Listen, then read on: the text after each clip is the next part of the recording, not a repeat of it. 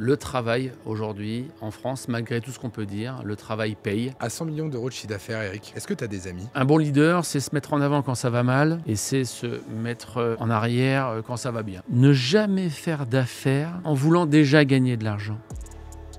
Bonjour à tous et bienvenue sur ce nouvel épisode de Common, le podcast des entrepreneurs. 3e épisode sur 4 de hors-série, toujours ici chez mon pote Benjamin Carteret, propriétaire de cet établissement qui rayonne l'art de vivre à la Rémoise, le Clos. Aujourd'hui, qui dit 3e épisode dit 3e invité spécial. Bonjour Eric d'aujourd'hui. Bonjour Max. Eric, tu as créé ta première affaire en 2001. Le « à partir de rien » est devenu la phrase d'Eric d'aujourd'hui que tu as transformée en « on lâche rien », puisque si je ne me trompe pas trop, tu as une quinzaine de marques, une cinquantaine d'établissements dans l'hôtellerie-restauration, notamment beaucoup de franchises. Mais avant tout ça, qui est Eric d'aujourd'hui derrière toutes ces marques ? Eric d'aujourd'hui, à la base, c'est quelqu'un qui a beaucoup travaillé depuis notamment 2001, quand j'ai repris ma première affaire à Reims, qui était le pub au bureau, pour ceux qui sont rémois et qui ont pu connaître. Donc à la base, j'ai beaucoup travaillé. Et le travail aujourd'hui en France, malgré tout ce qu'on peut dire, le travail paye et le travail réussit à tous les entrepreneurs qui décident un jour de se mettre le pied à l'étrier et de se battre tous les jours dans son projet. Et moi, depuis 2001, depuis avril 2001, c'était le 1er avril 2001, je me suis battu tous les jours dans mon projet. Et aujourd'hui, je suis arrivé à quelque chose d'assez satisfaisant où je pense que j'ai plutôt pas trop mal réussi. Mais il n'y a pas de secret dans la vie, dans le monde entrepreneuriat. Quoi qu'on en dise, ça ne passe que par du travail. Le travail. Et si j'ai un seul mot à dire aujourd'hui à tous ceux qui pourraient être tentés de réussir une aventure, c'est commencer par travailler. Et je pense qu'aujourd'hui, en France, malheureusement, c'est ce qui nous manque dans la mentalité où aujourd'hui on veut tout sans rien faire. Ça n'existe pas. Oubliez à tout jamais. Il n'y a qu'une chose qui ne fonctionne aujourd'hui, c'est le travail. Un jour, dans un apéro, tu m'as dit, et tu l'as redit dans une interview qu'on a fait à 3 avec Benjamin Carteret, justement, que tu n'aimais pas le terme « à partir de rien ». Non. À partir de rien, ça veut rien dire. Moi, ceux qui disent « je suis parti de rien »,« je suis parti de zéro »,« je suis parti de… » Ça veut rien dire. Enfin, en tout cas, en ce qui me concerne. Moi, je ne suis pas parti de rien financièrement. Mais ça ne veut pas dire que je n'avais pas des valeurs. Ça ne veut pas dire qu'on ne m'a pas éduqué tout simplement des valeurs. Et ça aussi, je tiens à le dire, parce que financièrement, ça ne veut rien dire. Oui, je suis parti de rien financièrement, à zéro. Mais par contre, mon père m'a inculqué des valeurs. Et ce sont les valeurs du travail, les valeurs de la parole donnée. Et ça, c'est plus important que d'avoir de l'argent. Combien on a vu d'héritiers qui, derrière, je ne citerai pas les noms, mais qui ont eu de l'argent et qui auraient pu dire « je suis parti de ». Non, c'est très important ce que je suis en train de dire. Et souvent, on dit « je suis parti de rien ». Oui, ça veut dire quoi, je suis parti de rien? Non. Moi, je suis parti de valeurs qui sont peut-être les plus belles valeurs avant celles de l'argent, qui sont des valeurs de travail, de respect et surtout de la parole donnée. À chaque fois que j'ai donné ma parole, et je défie quiconque aujourd'hui de me dire « je n'ai pas tenu ma parole, je n'ai pas… » et ça n'existe pas. Et quand vous travaillez, que vous êtes respectueux de la parole donnée, vous avez déjà fait, pour moi, 80% du chemin. Donc, partir de rien, financièrement, oui. Par contre, partir de valeurs, non. Je suis parti avec des vraies valeurs qui m'ont permis de devenir ce que je suis aujourd'hui. Et justement, aujourd'hui, puisqu'on a de plus en plus d'entrepreneurs qui nous suivent un petit peu partout, qui connaissent peut-être pas le groupe RD, c'est bien ça. Est-ce que tu peux présenter le groupe RD ? Le groupe RD, c'est un groupe de restauration où j'ai, depuis 2001, essayé d'ajuster, essayé de transformer, essayé d'animer. Et puis, mon vrai secret, c'était de créer un groupe qui part du fast-food alors on en reparlera un petit peu peut-être plus tard, mais du fast-food avec Burger King à la restauration gastronomique avec 1 étoile Michelin, 2 étoiles Michelin, et puis après on verra. Mais voilà, c'était un petit peu le grand écart que j'ai essayé de faire. J'ai beaucoup été critiqué, on m'a parlé de marchand de frites, on m'a parlé de tout ce qui peut être très désobligeant. Mais aujourd'hui, avec le recul, j'ai réussi aujourd'hui à faire le grand écart où j'arrive à avoir une franchise de burgers et 1 étoile Michelin. Et je pense que ça, c'est hyper glorifiant, hyper important. Et j'entreprends tous les segments de la restauration qui part encore une fois du fast-food, mais de la restauration à table, de la glace avec Amorino, du salon de café avec Starbucks. Et j'essaye de combler tous les moments importants de la restauration en France. Et je pense qu'on y arrive pour l'instant pas trop mal. Et elle vient d'où cette passion pour la restauration? Fils de restaurateur, mes parents étaient restaurateurs à Épernay, au buffet de la gare pendant plus de 40 ans, acharnés. Et CAP de cuisine. J'ai démarré avec mon frère, Pierre, très très important dans mon dispositif, et mon cousin, Serge, qui s'occupe de la branche des fast-food. Voilà, elle est partie d'une idée où déjà à 12 ans, je disais à mon père, papa, quand je serai grand, j'aurai 10 restaurants. Alors à l'époque, il rigolait parce que il faut se remettre dans le contexte, hein, j'ai 50 ans, donc il y a 40 ans, plusieurs restaurants, ça n'existait pas. Ça n'existait pas, les chaînes comme on voit aujourd'hui, les multi-franchisés, les multi-restaurateurs qui ont 2-3 restaurants. Il faut se remettre dans le contexte, il y a 40 ans, ça n'existait pas. Il y a 40 ans, c'était un restaurant, un restaurateur, souvent l'homme en cuisine, la femme en salle. Mais un restaurateur qui avait plusieurs restaurants, ça n'existait pas. Et mon père m'avait répondu, écoute, essaye déjà d'avoir un restaurant et de le faire tourner, et on en reparlera. Et voilà, 40 ans après, aujourd'hui, j'ai 50 établissements, et on continue à se développer, et on avance tous les jours. Alors c'est compliqué, c'est très très très compliqué, mais voilà, depuis très très jeune, j'avais une âme d'entrepreneur, et j'avais envie de vouloir faire. Alors, j'ai pas fait de grandes études malheureusement, ou heureusement, j'en sais rien. Mais en tout cas, j'étais pas du tout scolaire. J'ai arrêté l'école très très tôt. J'ai aucun bac, aucun diplôme. Alors j'ai un petit CAP de cuisinier que j'ai passé à l'hostellerie de la briqueterie à Épernay, qui était étoilé Michelin à l'époque. Mais voilà, j'ai aucune voilà. Mais par contre, le travail, le sérieux, la parole donnée font qu'on peut réussir aujourd'hui en France. Et ça a été quoi les étapes, hein? Je pense que c'est une question que tout le monde se pose derrière la caméra. Ça a été quoi les étapes de 0 à 50? Les étapes, si on peut commencer, c'est le travail. Le travail est très très très important. Il faut travailler. Voilà. Ça, je pense que c'est très très important, et je pense que tu le vois aussi dans ton activité, puisque je sais que tu es aussi un chef d'entreprise averti. Aujourd'hui, il faut travailler. Celui qui part du principe qu'il faut déjà pas travailler, il faut déjà oublier à tout jamais, c'est pas fait pour lui. Et ça, je pense que c'est très important. Parce qu'aujourd'hui, on veut tout avoir, tout réussir, mais on pense qu'on peut faire tout ça sans travailler. Donc, celui qui ne veut pas travailler, oublier à tout jamais, ça passe déjà par le travail. Voilà. Une fois que vous avez mis le travail là-dedans, il faut avoir une vision de ce que vous voulez faire, de ce que vous voulez entreprendre. Et ça, c'est le deuxième, voilà, savoir où vous voulez aller. Et puis une fois que vous voulez aller, savoir, je pense, s'entourer. Ça, c'est aussi très, très important.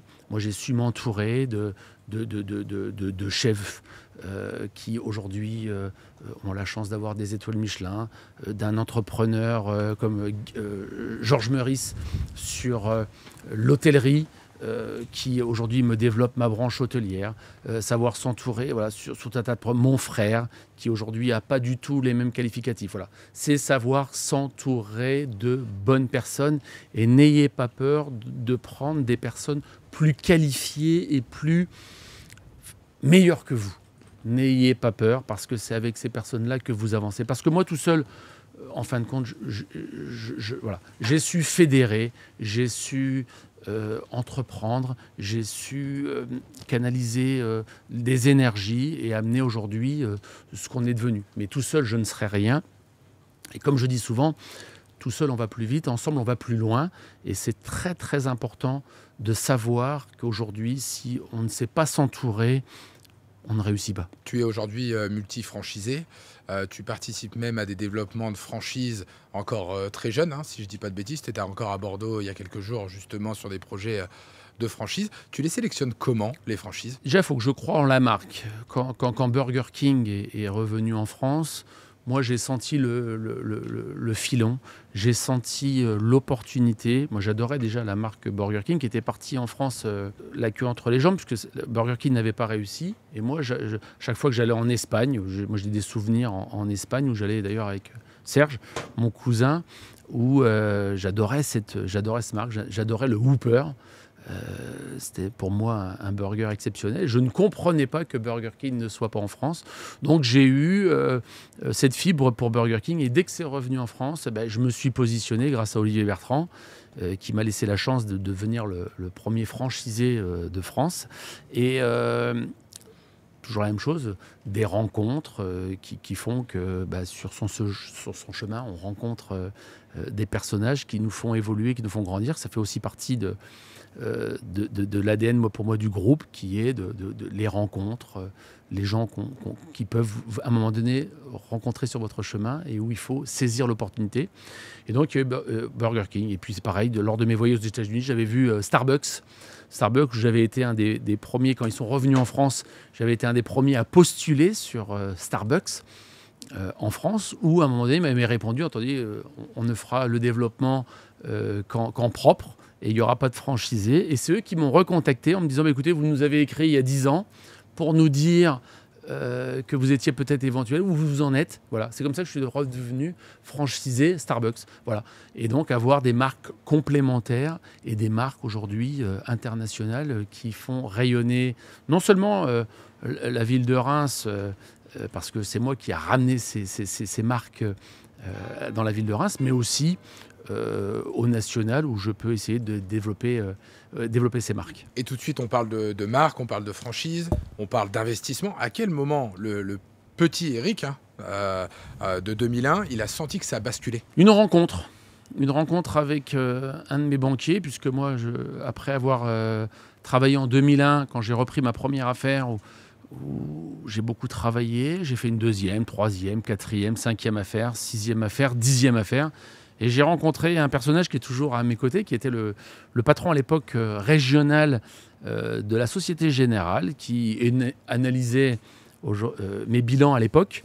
Alors aujourd'hui, je fais un consolidé avec tous mes banquiers et toute la Banque de France. À l'époque, c'était beaucoup plus simple et beaucoup plus facile. C'était un de mes banquiers principaux, Richard Maître, qui est parti en retraite de la Société Générale et qui m'a rejoint aujourd'hui comme conseiller financier.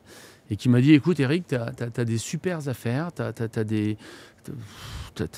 plein d'affaires, mais il n'y a pas de cohérence, il n'y a pas de... Alors tu as des affaires qui gagnent, tu as des affaires qui perdent, mais tu n'as aucune cohérence dans ton groupe, tu n'as aucune cohérence, tu as du bar, brasserie, de la restauration, du bar... Il n'y avait pas de cohérence et il m'a dit, écoute, il faut te structurer, il faut t'encadrer. Et voilà. Et c'est à partir de 2005-2007 où vraiment on a décidé de s'encadrer, de s'organiser et de prendre d'un côté des franchises internationales et nationales comme Starbucks, Amorino, Burger King, et puis développer mes propres franchises comme l'Édito, l'Expérience, le Sherlock. Toutes ces marques que je suis en train d'aujourd'hui de développer, et plus récemment Italian Queen, où j'ai un fort développement sur Italian Queen.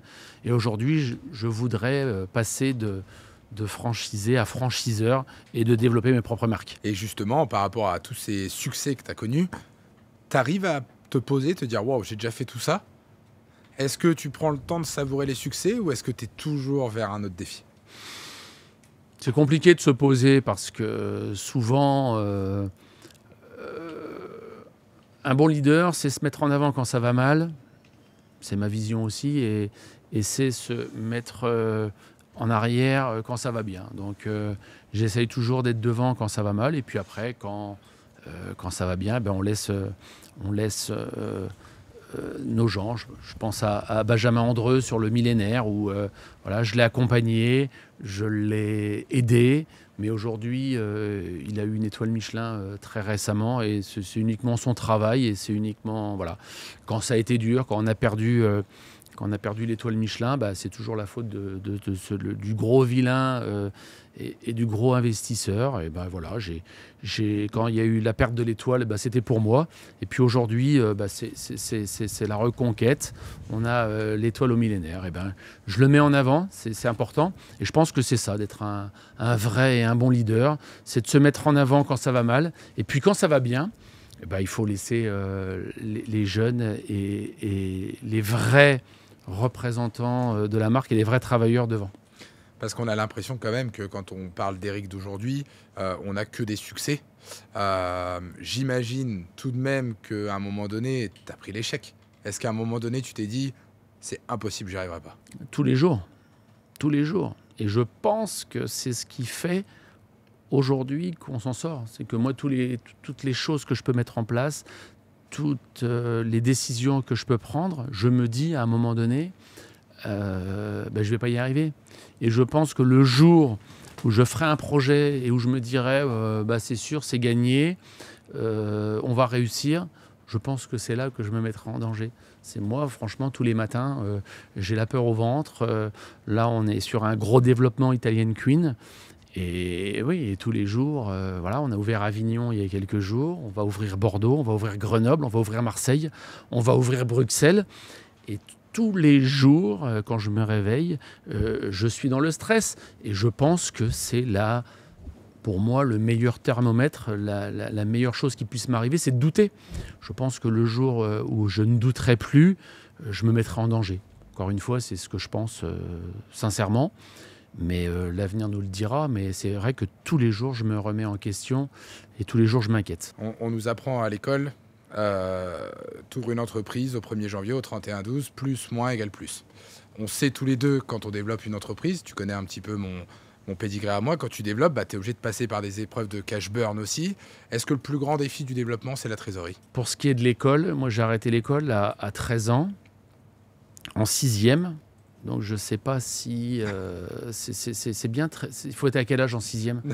13 ans, je crois. C'est je crois 13 que tu ans? avais raison. Ouais, je crois que c'était 13 ans. Ah, c'est pas mal. Bon, bah, tu vois, je pensais que j'avais plus de retard que ça.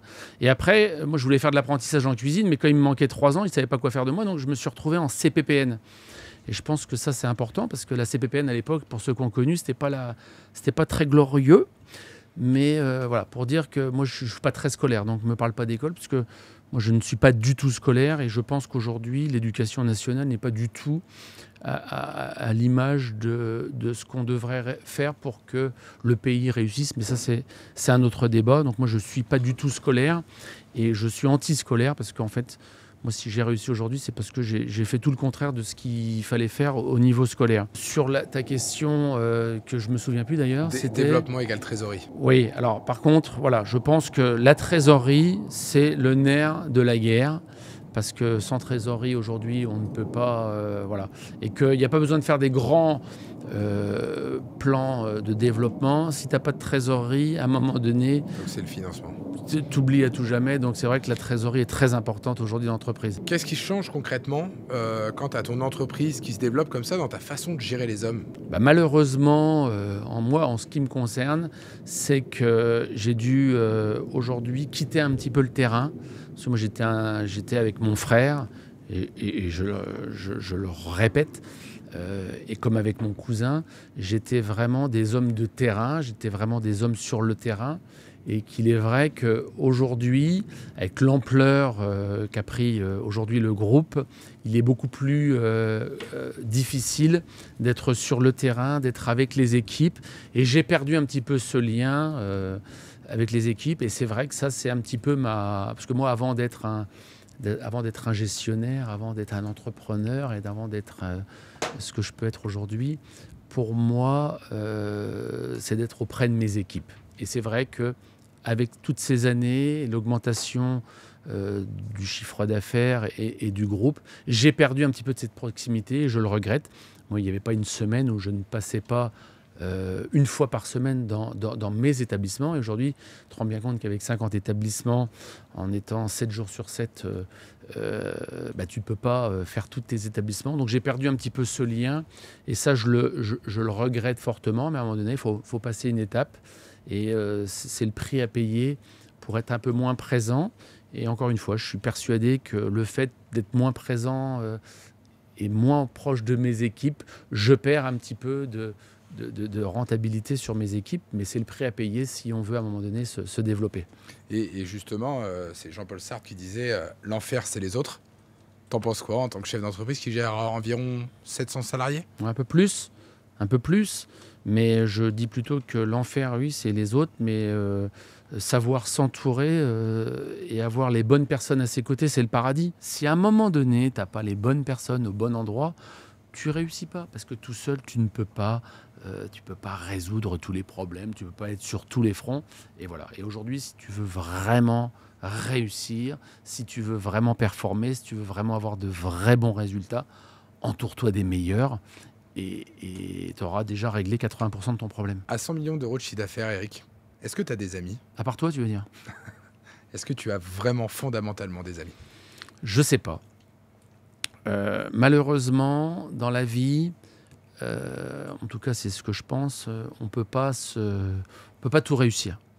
On peut pas réussir, enfin en tout cas, moi c'est ce que je pense, d'être à 100% dans ses affaires, à 100% dans sa famille, à 100% dans son entretien physique de son corps et faire du sport, à 100% dans ses amis, à 100% dans le bien-être et dans... Enfin voilà, je pense qu'on ne peut pas être à 100%. Et moi, j'essaye d'être déjà à 100% dans mes affaires, et ça a été un choix. Et j'essaye de consacrer un peu de temps à ma famille. Et après, c'est vrai que je délaisse souvent mes amis qui me le reprochent. Tu m'appelles pas, on se voit pas assez. Donc, je pense que j'ai des amis, mais que je néglige parce que malheureusement, je peux pas tout faire. Et bien malheureusement, et moi, dans ma vie d'entrepreneur, j'ai décidé de mettre mon âme comme un prêtre dans le catholicisme. Moi, j'ai décidé de me mettre dans les affaires. Et moi, je suis à 100% dans mes affaires. Et à côté, voilà, il y en a qui préfèrent se privilégier pour les amis, d'autres pour la famille, d'autres... Voilà. Moi, j'ai décidé de me mettre à 100% dans mes affaires, et à côté, le reste, je néglige un petit peu, à tort ou à raison. Chacun y verra le verre à moitié vide et le verre à moitié plein. Et justement, tu as décidé de te mettre à 100% dans les affaires, mais qu'est-ce qui t'anime vraiment? Qu'est-ce qui fait que tu t'arrêtes pas? Qu'est-ce qui fait que tu lâches rien, comme tu dis? En fait, je sais pas. Je sais pas après quoi je cours. En fait, je me suis souvent posé la question parce que plein de monde me dit mais c'est bon, arrête, ça sert à quoi tout ça? Tu l'emporteras pas au cimetière quand tu seras le plus riche du cimetière. Je sais pas. Voilà. Moi, je me réveille pas un matin, mais c'est important ça, et c'est ça aussi où je veux, qui est important. Je me suis jamais réveillé un matin en me disant je pars au boulot. C'est énorme. C'est énorme. Je sais pas toi. Ah non, mais justement, Non, mais pour autant, même si moi je me le dis jamais. En fait, je vis, je transpire Voilà. mes entreprises aussi.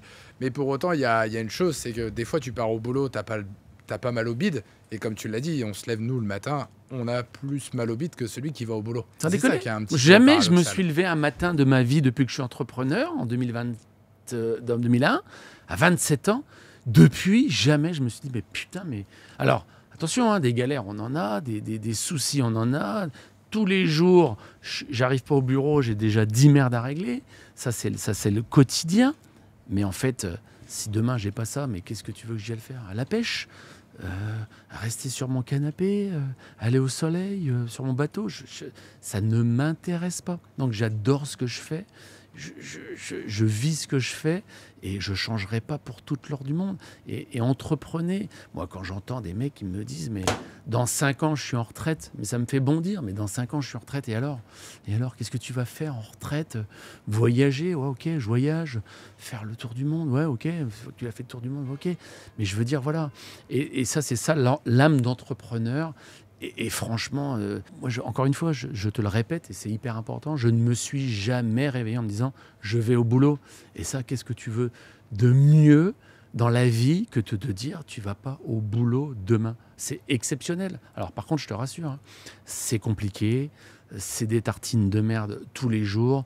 Tu connais l'administration, tu connais l'État, tu connais toutes nos obligations aujourd'hui qui sont invraisemblables, où tous les jours tu te demandes mais qu'est-ce qu'on fait pour pas tout lâcher et tout claquer, parce que quand tu vois notre législation en France, quand tu vois toutes nos contraintes, mais il y en a plus d'un qui aurait lâché déjà. Mais non, j'adore ça, c'est mon truc, c'est ce qui me motive, c'est ce que j'ai envie de faire, et moi je m'éclate tous les jours. Et justement, on dit que le chef d'entreprise, il doit prioriser. Plus tu grossis, plus tu dois faire des tâches à forte valeur ajoutée. C'est quoi le quotidien d'Éric d'aujourd'hui? Moi, le quotidien d'Éric d'aujourd'hui, c'est d'essayer, de maintenir tout ce qu'on a déjà essayé de mettre en place, d'avancer marche par marche et de ne pas faire l'affaire de trop qui pourrait mettre en péril tout le reste.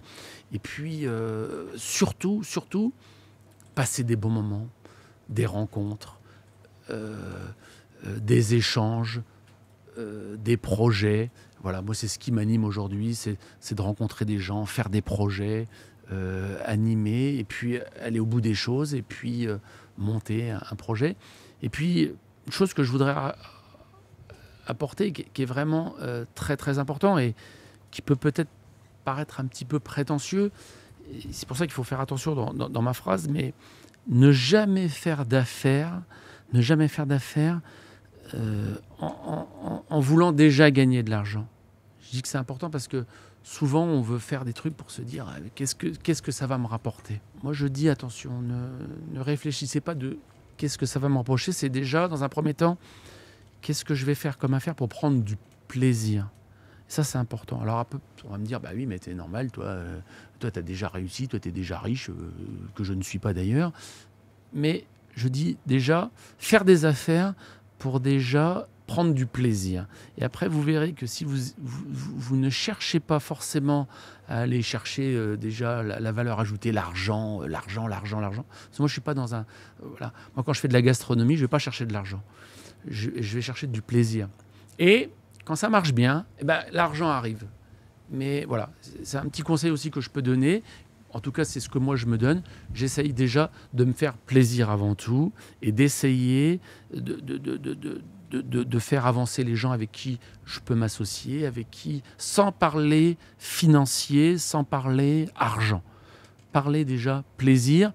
Et vous verrez qu'une fois que le plaisir sera engagé et que tout sera fait, l'argent viendra. En tout cas, c'est ma vision, c'est ce que je pense. Justement, c'est une chose que je partage totalement. Moi, je dis toujours qu'il faut apporter de la valeur. Au-delà du plaisir, même si je suis d'accord avec toi, il faut se faire plaisir aussi, mais apporter de la valeur dans ce qu'on fait. Et justement, est-ce qu'aujourd'hui, tu es fermé restauration, hôtellerie, ou est-ce que tu vas vers d'autres secteurs pour le futur? Est-ce que tu as d'autres secteurs en tête? Autre conseil, qui pour moi est très très important, encore une fois, moi mon métier c'est la restauration et c'est l'hôtellerie parce que je me suis associé avec un vrai hôtelier, mais moi je veux rester dans ce que je sais faire, c'est l'hôtellerie. J'ai essayé de faire il y a quelques années, t'as pas connu toi l'échiquier à Reims, t'es trop jeune, mais j'avais essayé de m'inventer patron de discothèque. Et ça n'a pas fonctionné. Et ça a été un des plus gros échecs de ma vie. Et restons dans ce qu'on sait faire. Je pense que je ne suis pas dans l'immobilier et je ne vais pas me lancer dans l'immobilier demain. Je ne suis pas dans la promotion immobilière, je ne vais pas me lancer dans la promotion immobilière. Chacun doit faire son métier. Mon métier, c'est restaurateur. Et je pense que je le fais plutôt pas trop mal. eh ben, je vais rester là-dedans. Et non, je ne m'étendrai pas à d'autres métiers. Et je vais rester dans mon vrai métier. Et quand je vois certains restaurateurs qui viennent dans notre métier et qui ne sont pas du métier, bah, je vois le résultat bien souvent qui sont catastrophiques.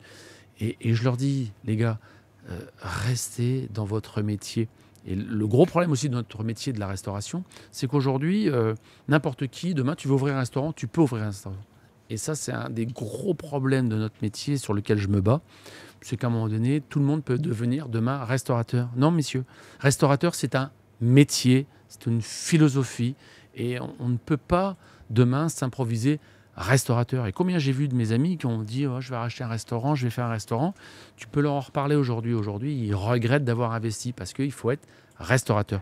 Moi, je suis restaurateur, je resterai dans mon métier et je ne ferai rien d'autre. Si tu devais parler à Eric il y a 20 ans, qu'est-ce que tu lui donnerais comme conseil aujourd'hui? Calme-toi, parce que j'avais un peu tendance à ouvrir, à défoncer les portes ouvertes, comme on dit.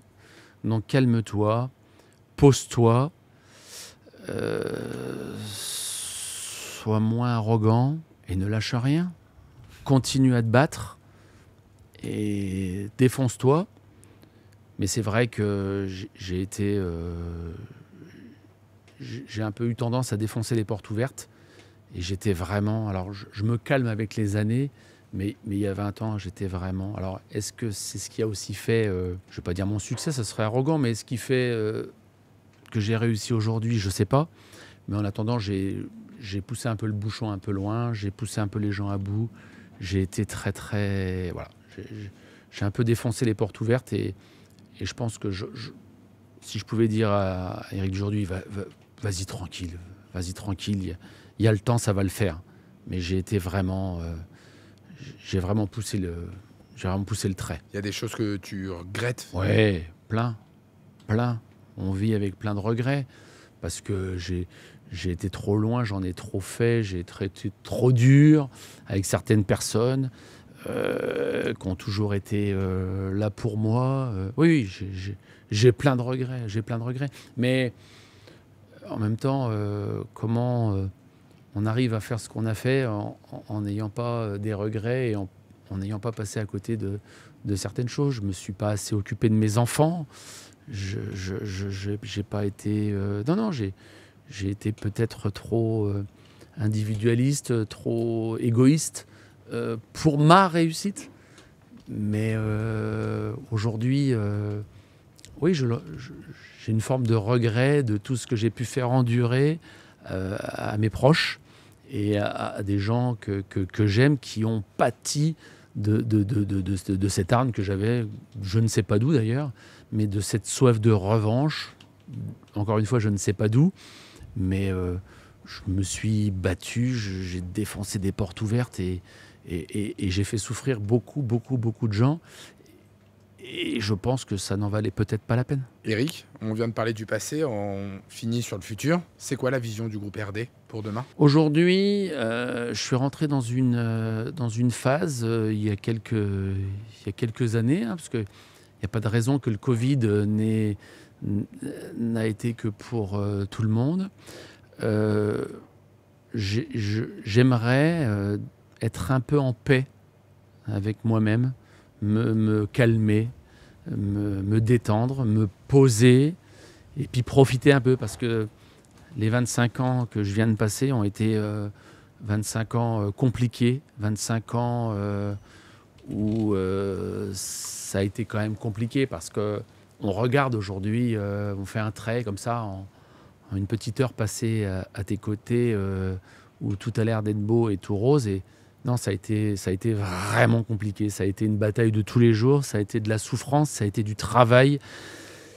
Et aujourd'hui, ouais, j'aimerais me poser, respirer un peu et profiter.